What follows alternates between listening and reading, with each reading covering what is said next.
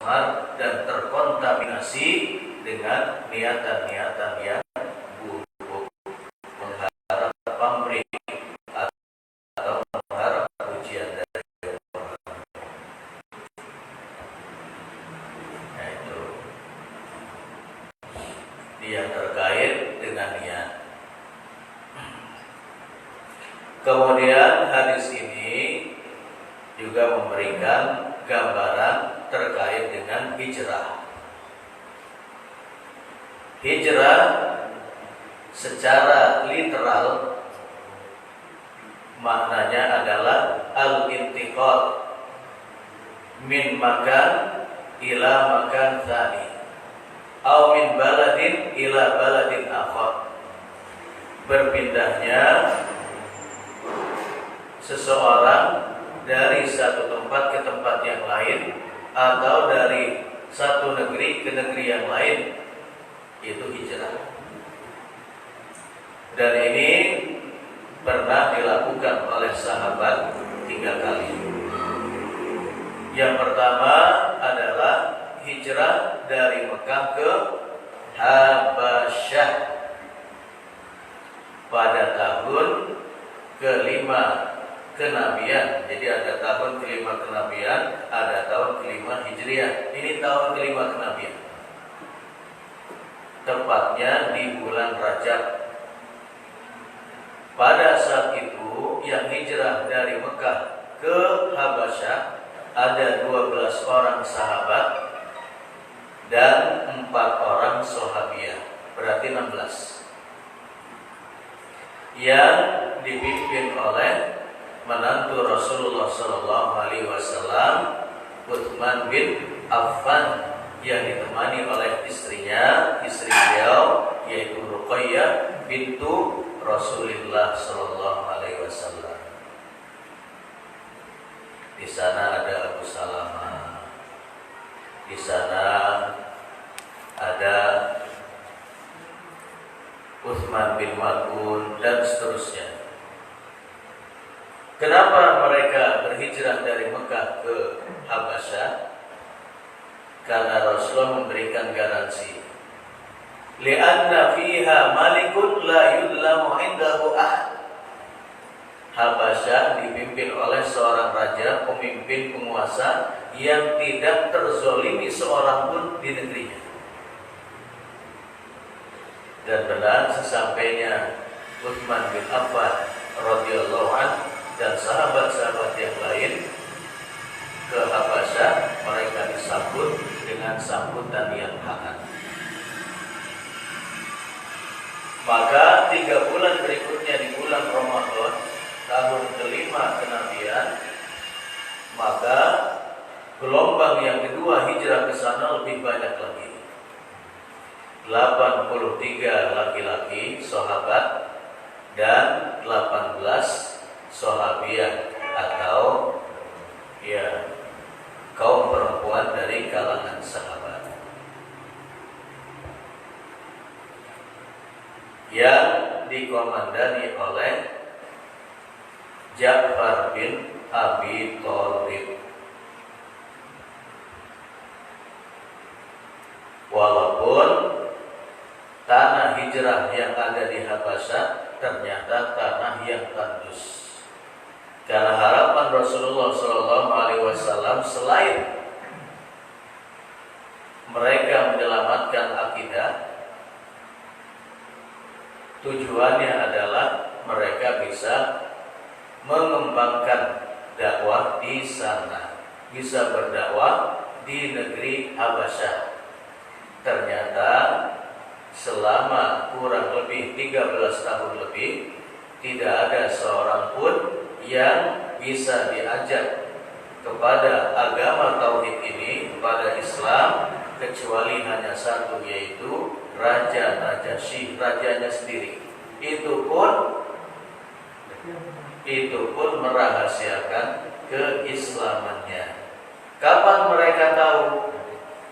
Para sahabat tahu ketika Raja Najasyi sudah memeluk Islam justru setelah beliau wafat. Karena Rasulullah ketika di Madinah mendengar informasi berita duka bahwa Raja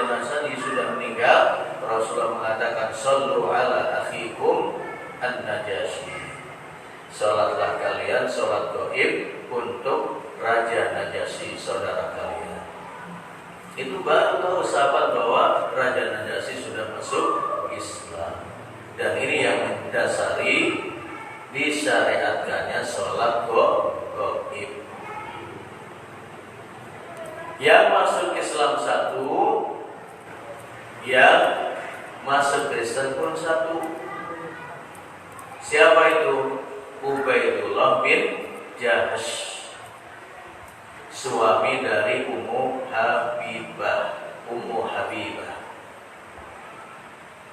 Sesampainya di sana, karena melihat sambutan penduduk Habasyah itu sangat baik, mereka mendapatkan fasilitas yang nyaman, kemudian penduduknya ramah-ramah. Lama-kelamaan terpesona ini Ubaidullah bin Jahsh. Maka malam itu Ummu Habibah bermimpi melihat wajah suaminya sangat buruk. Ada semacam belatung-belatung gitu lah. Begitu bangun, dia bertanya-tanya, ada apa gerangan kok saya bermimpi jelek betul. Tidur lagi, mimpinya sama sampai 3 kali.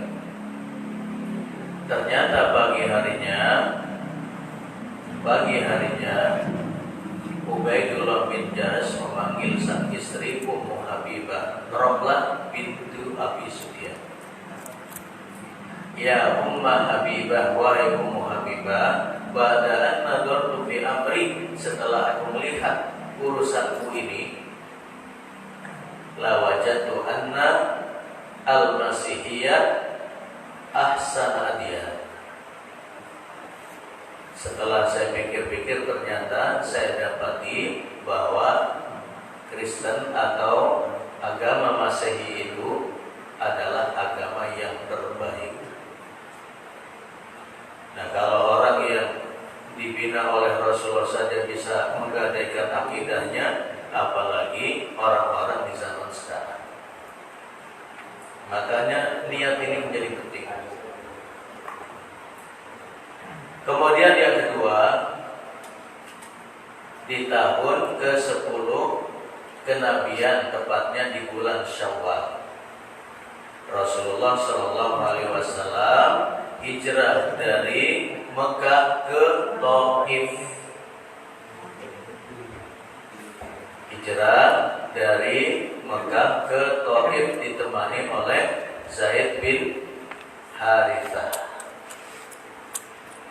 Ternyata sesampainya di Thaif, yang Rasulullah berharap dakwahnya disambut dengan baik, ternyata usaha Rasulullah mengalami kegagalan. Harapannya kandas, sehingga hijrah yang kedua pun tidak menemui sasaran dengan baik.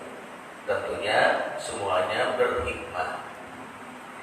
Baru yang ketiga, hijrah Rasulullah dan para sahabat dari Mekah ke Madinah. Inilah hijrah yang terhitung paling sukses, karena ternyata Rasulullah belajar dari 2 hijrah itu. Sebelum Rasul dan para sahabat hijrah ke Madinah, Rasulullah sudah mengirim duta Islam pertama yang bernama Mus'ab bin Umair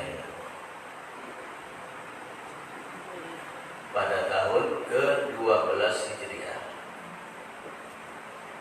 Ternyata Mus'ab bin Umair begitu dikirim oleh Rasulullah menjadi duta Islam pertama untuk mengajarkan agama ini, mengajarkan Al-Quran kepada kaum Ansar penduduk Madinah, sukses. Sehingga disebutkan tidak ada satupun rumah kecuali penghuninya menyebut-nyebut nama Muhammad. Maka wajar ketika setahun 2 tahun berikutnya Rasulullah hijrah ke Madinah, disambut dengan meriah, disambut dengan tabuhan berbana, tola'al badru alaina. Itu hijrah. Nah, hijrah model ini, kata Rasulullah SAW dalam riwayat Bukhari, la hijrata ba'dal fathi walakin jihadun wa niyyah. Tidak ada lagi hijrah dari satu tempat ke tempat yang lain, dari satu negeri ke negeri yang lain, ya kecuali dalam kondisi mereka terusir, dalam kondisi yang sulit. Tetapi dalam kondisi datar tidak ada hijrah setelah penaklukan kota Mekah pada tahun ke-8 Hijriah. Yang ada adalah jihad, kesungguhan untuk berkiprah, berperan, berkontribusi, kesungguhan untuk berjuang, wa niyat, dan meluruskan niat. Dan yang berlangsung hijrah sampai hari kiamat nanti adalah hijrah secara substansial, bukan secara literal. Sebagaimana disebutkan dalam riwayat Bukhari, wal muhajiru man hajara ma nahallahu anhu. Orang muhajir yang sesungguhnya, orang berhijrah yang sejati adalah orang yang meninggalkan apa yang Allah larang, atau meninggalkan maksiat, meninggalkan dosa kepada taubat dan ketaatan. Nah, itu hadis yang pertama dari Arba'in Nawawiyah. Jadi faedahnya yang pertama, hadis ini memberikan faedah yang pertama, pentingnya niat dalam beramal. Yang kedua, menjaga kelurusan niat merupakan perkara yang tidak mudah, tetapi perkara yang sangat sulit, sebagaimana disebutkan oleh Sufyan Ats-Tsauri. Tidak ada satu perbuatan, satu usaha yang lebih aku sulit, lebih berat aku lakukan daripada menjaga kelurusan niat, karena ia selalu berubah-ubah. Kemudian yang ketiga, faedah dari hadis yang pertama ini adalah bahwa al-hidayah itu adalah mutlak milik Allah Subhanahu wa taala. Kalau tadi dalam persoalan hijrah ada yang berhijrah karena ingin menikahi Ummu Qais, kemudian yang ke Habasyah seperti Ubaidullah bin Jahash yang tadinya ingin menyelamatkan akidah, tetapi karena melihat fasilitas dunia yang baik, sambutan yang sumringah, sambutan yang hangat, pada akhirnya dia gagal menjaga kelurusan akidahnya, malah akidah digadaikan dengan penyimpangan, kembali murtad kepada agama sebelumnya. Kemudian yang berikutnya adalah bahwa hijrah terbagi menjadi dua, hijrah secara hissi dan hijrah secara maknawi.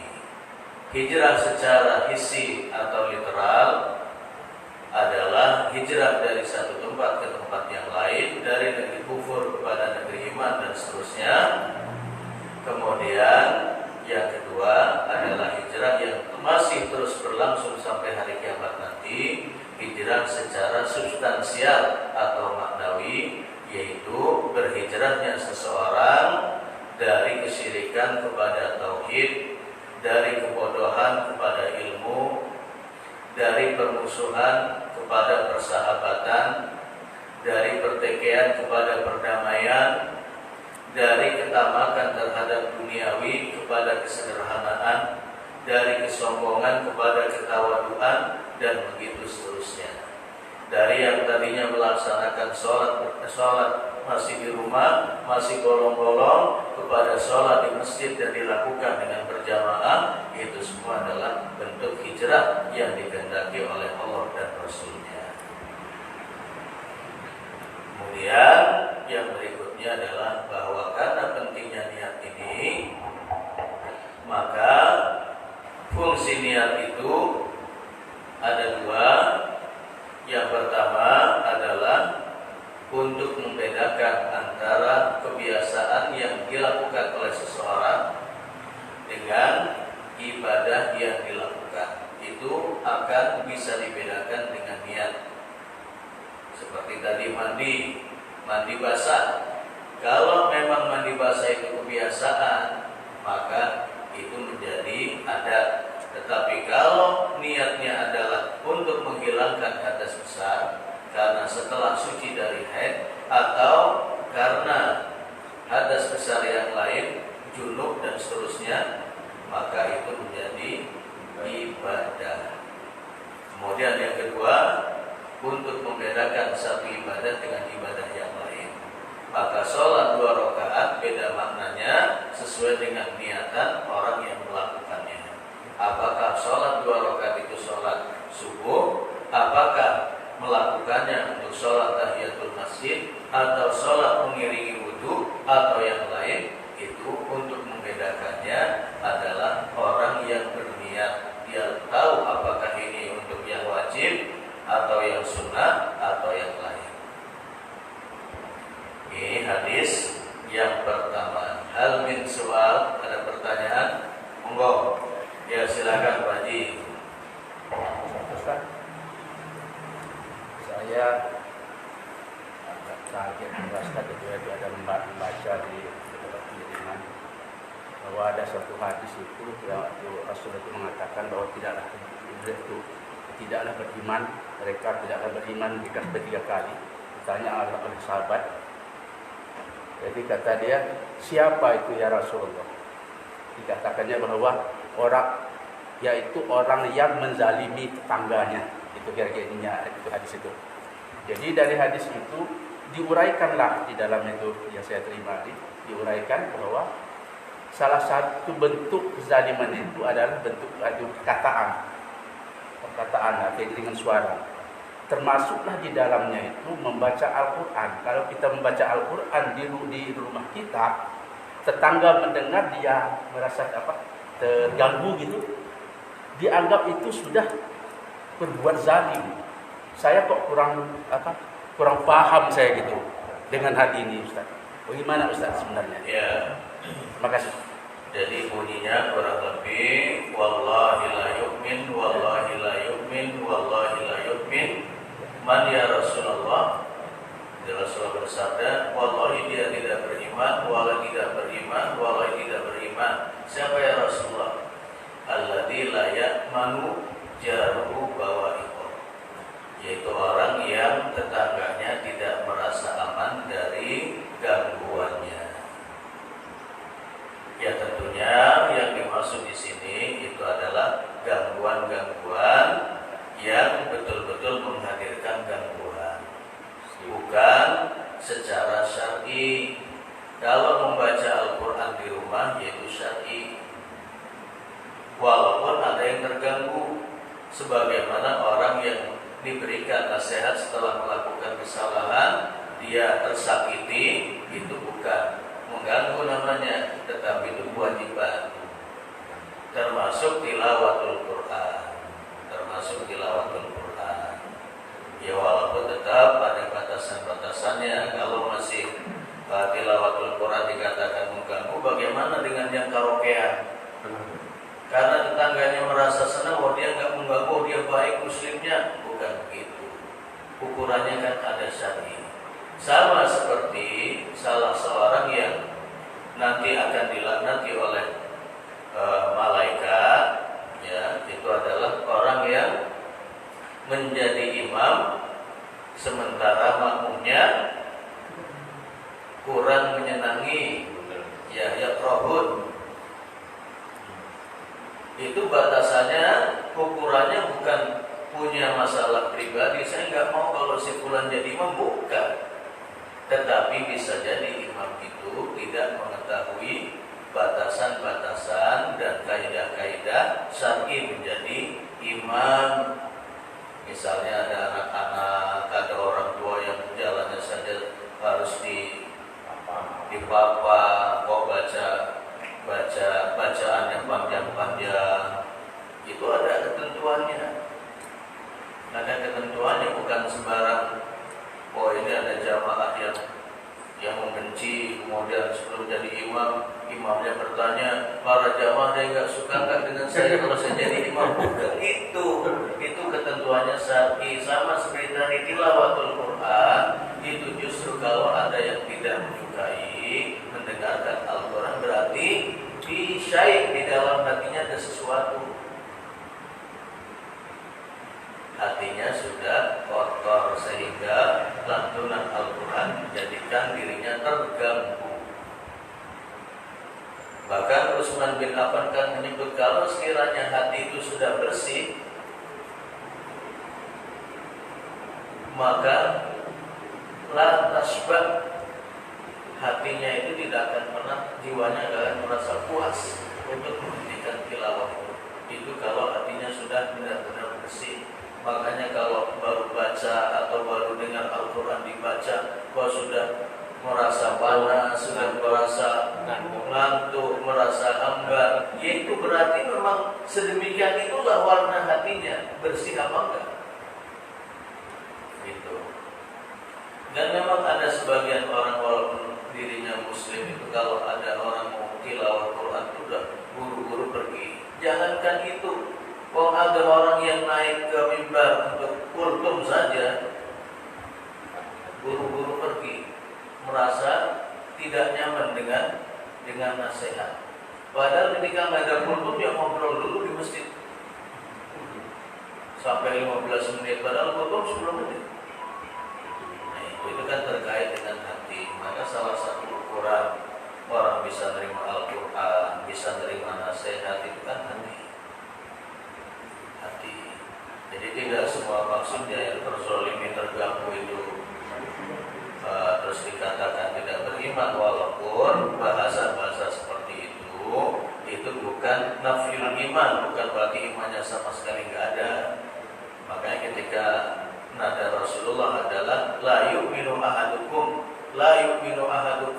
wallahi la yu'min, itu maksudnya adalah la yu'minu imanukum, tidak sempurna imannya, bukan berarti nggak ada sama sekali. Ya misalnya dalam sabda Rasulullah dalam riwayat Muslim dan Bukhari, Rasulullah mengatakan la yu'minu ahadukum hatta akuna ahabba ilaihi min waladihi wa walidihi wan nasi ajmain. Tidak beriman salah seorang dari kalian sehingga aku lebih dicintai daripada anak-anaknya, orang tuanya, dan seluruh manusia. Nah kalau ini dimaknai nafyul iman, menghilangkan iman, berapa banyak orang yang tidak beriman. Karena tetap Rasulullah mungkin dalam bahasa kita ya, tetap kita masih mencintai istri kita, masih mencintai orang tua kita. Ya walaupun kita mengatakan cinta kepada Rasulullah, faktanya kan perlu pembuktian. Maka maknanya di situ la yu'minu imanukum, tidak sempurna iman salah seorang dari kalian. Karena kalau itu nafyul iman, mencabut imannya, berapa banyak orang yang enggak beriman. Maka memahami hadis pun harus sesuai dengan pemahaman salafus saleh, para sahabat, para tabi'in, para tabi'in, dan generasi terbaik setelah mereka, supaya kita tidak memahami hadis dengan pemahaman yang salah. Apalagi kalau ada orang yang begitu, kemudian kita mau di jalan sampai itu nggak beriman, bisa terjadi tumpahan harta Yuda ya. Siapa yang mau dia tidak beriman? Nggak ada. Ada yang lain? Haji, yo, halo masalah. Haji Fauzan, yang nama aslinya adalah Pak Gimin. Ya, monggo.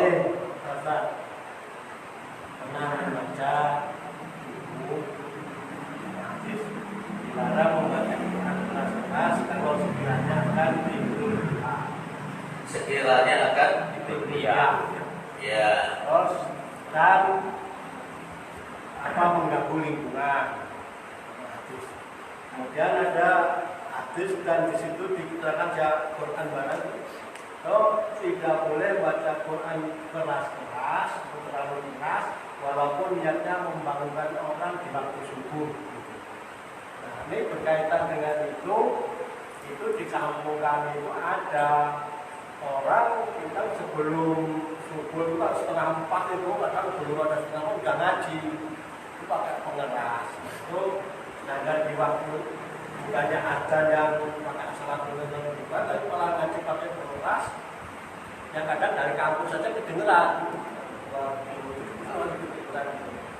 Nah itu lingkungan kita pada ribut Pak, katanya suruh tahajud malah diganggu. Udah sore nggak bisa tidur, waktu tidur diganggu. Anak kecil sore nggak bisa diganggu, dan itu gimana katanya? Ya, pertama itu kaitannya dengan niat. Ini terkait dengan boleh enggaknya. Ini pertama niat dulu kita bicarakan. Jadi dalam riwayat Bukhari itu disebutkan ada seorang sahabat yang bernama Ma'an bin Yazid menceritakan tentang bapaknya. Suatu saat bapaknya ini menitipkan harta yang menitipkan beberapa dirham begitu kepada seseorang di masjid untuk dibagikan. Ternyata putranya Ma'an bin Yazid, ya karena dia merasa dia sendiri juga membutuhkan, ya dia ambil hartanya itu. Begitu sampai di rumah, ya Yazid bapaknya yang mengatakan bahwa bukan engkau yang aku maksud wahai Ma'an. Artinya ributlah keduanya. Tapi saya juga, kata anaknya, saya juga butuh. Akhirnya kedua-duanya mengadu kepada Rasulullah. Apa kata Rasulullah? Kata Rasulullah, laka ma nawaita ya Yazid, walaka ma akhadta ya Ma'an. Wahai Yazid, engkau mendapatkan apa yang kau niatkan. Artinya engkau niatnya sedekah, ya dapat. Walaupun itu diambil oleh anak. Dan engkau ya Ma'an, engkau mendapatkan sesuatu yang memang kau layak untuk mendapatkannya, karena kau tidak mampu. Jadi kedua-duanya boleh. Ya. Jadi niatannya bapaknya dengan anaknya ya beda kan niatnya, tetapi sama-sama mendapatkan karena niatnya. Kemudian terkait dengan itu ya sama seperti tadi. Artinya memang secara umum ya boleh-boleh saja. Artinya niatannya mudah-mudahan baik. Kalau masalah baik nggak baik itu kan niatan dia, kita nggak tahu. Nah, artinya memang kita pun merasa secara umum ya merasa tenang. Artinya di jam 3:30 atau jam 3 kalau ada yang baca Quran memang kita merasa ada yang membangunkan. Adapun mau sholat tahajud terganggu kayaknya sih enggak. Artinya sekeras-kerasnya suara di mic itu insya Allah sih enggak akan mengganggu orang yang sholat malam.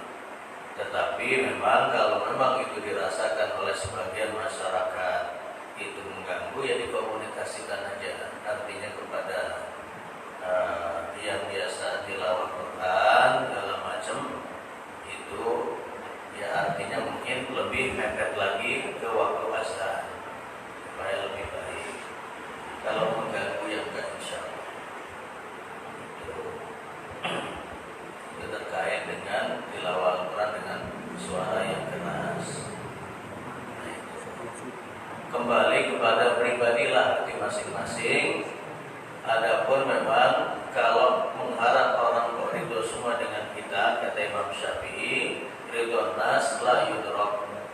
Mengharap orang kok ridho semua dengan kita itu gak mungkin, mustahil.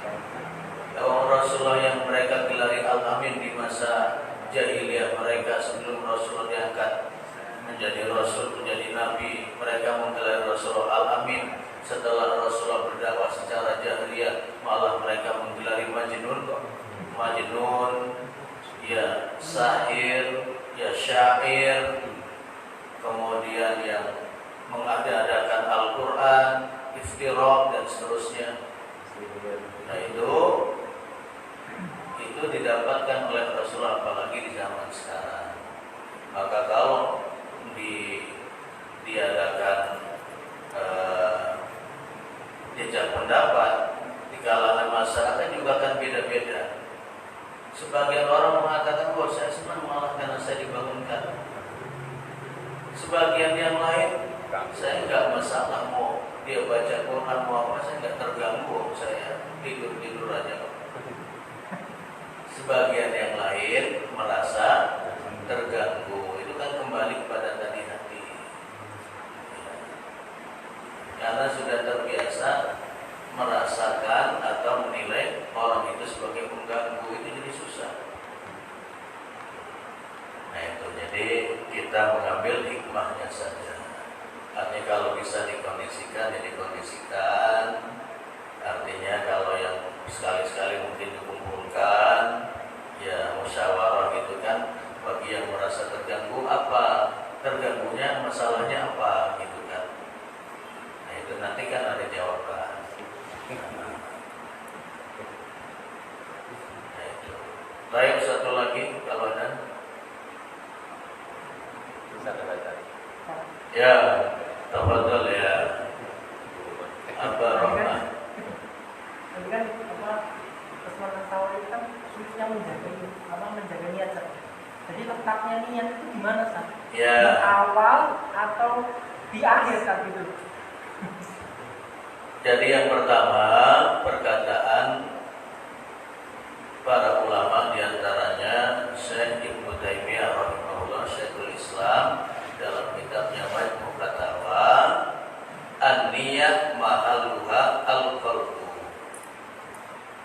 Tentang letak niat itu di dalam hati. Itu yang pertama. Kemudian yang kedua, makanya ada muhasabah. Muhasabah sebagaimana disebutkan oleh Ibnu Qayyim, koreksi itu pertama di awal, yang kedua di tengah amal, yang ketiga di akhir amal atau setelah amal dilaksanakan. Kapan muhasabah koreksi yang pertama itu? Sebelum amal, qabla amal. Dipastikan dulu bahwa mengawali perbuatan ini, amal ini, niatannya tulus, bukan karena yang lain. Itu yang pertama. Kemudian di pertengahan, kadang-kadang kan kita awalnya niatnya ikhlas, sampai di pertengahan kita sudah infak, kita sudah ibadah, banyak berbagi, banyak meringankan beban orang. Kan ada saja yang memberikan pujian-pujian itu toh. Wow, ini si fulan memang baik. Kenapa Rasulullah mengatakan bahwa orang yang suka muji-muji orang seperti orang yang menyembelih lehernya? Maka Rasulullah menyebut ya, haliku di sini, menyembelih di sini adalah menyembelih amalnya. Karena terkadang orang itu lebih sabar mendapatkan gangguan, pujian daripada mendapatkan pujian. Itu walaupun efek secara fisik beda. Kalau secara fisik mendapatkan gangguan itu ya babak belur lah bahasanya kan gitu, secara fisik. Tetapi secara maknawi pujian itulah yang betul-betul bisa menghancurkan. Makanya kan Rasulullah juga menyebut taburkanlah pasir ke muka orang yang suka muji-muji orang. Maka dalam ketentuan itu ya ada kaidah-kaidahnya, ada rambu-rambunya lah memuji orang. Pertama, memang dia layak dipuji, artinya beramal betul gitu. Bukan dipuji tapi wow sampai ini rajin sedekah, padahal enggak rajin sedekah. Jadi yang pertama yang diucapkan memang benar, yang kedua tidak melampaui batas. Oh sampai ini kalau sedekah itu sampai ratusan ribu, padahal dimasukin ke kotak paling 10.000. Itu artinya melampaui batas dan itu mengganggu, akan menghancurkan pahalanya. Kenapa? Orang akan tersanjung. Kemudian yang ketiga, ya amina minal fitnah, kalau kita yakin dia memang sudah sudah teruji lah. Kalau dipuji ya nggak masalah. Kan ada sebagian orang dipuji itu udah langsung mengawang di angkasa. Tapi ada sebagian orang karena sering dipuji ya biasa. Saya sudah biasa dipuji orang, jadi nggak GR nggak apa-apa. Nah, itu. Maka itu dipastikan hal-hal itu sehingga tidak merubah niatan orang. Kemudian juga supaya keikhlasan juga terukur, itu juga setelah kita beramal itu jangan sering menyebut-nyebut amal kita, apalagi di hadapan orang. Oh saya dulu itu ya yang bangun masjid Wahdatul Umat, oh saya disebut-sebut. Oh saya itu dulu ya berikan tanah wakafnya, gak usah, karena itu bisa menjadi celah bagi syaitan untuk membesarkan niat kita. Dulu sudah ikhlas, kemudian ke sini kok malah disebut-sebut, itu bisa menghadirkan sesuatu yang besar. Allah berfirman dalam surah Al-Baqarah ayat 264, ya ayyuhalladzina amanu la tubtilu shadaqatikum bil manni wal adha. Wahai orang yang beriman, janganlah engkau batalkan sedekahmu, pahala sedekahmu karena apa? Bil manni wal adha, sering menyebut-nyebutnya dan menyakiti orang yang diberi. Itu kita wajib berjasa dalam hidup, tetapi menyebut-nyebut jasa kita kepada orang, kepada amal-amal yang baik atau amal-amal perjuangan dan seterusnya, itu yang bisa menghapus amal. Baik, hadis yang pertama kita tutup. Mudah-mudahan bermanfaat dan kita bisa mengambil faedah dari hadis yang pertama ini. Amin. Hadanallahu wa iyyakum ajmain. Wal minkum. Assalamualaikum warahmatullahi wabarakatuh. Waalaikumsalam warahmatullahi wabarakatuh.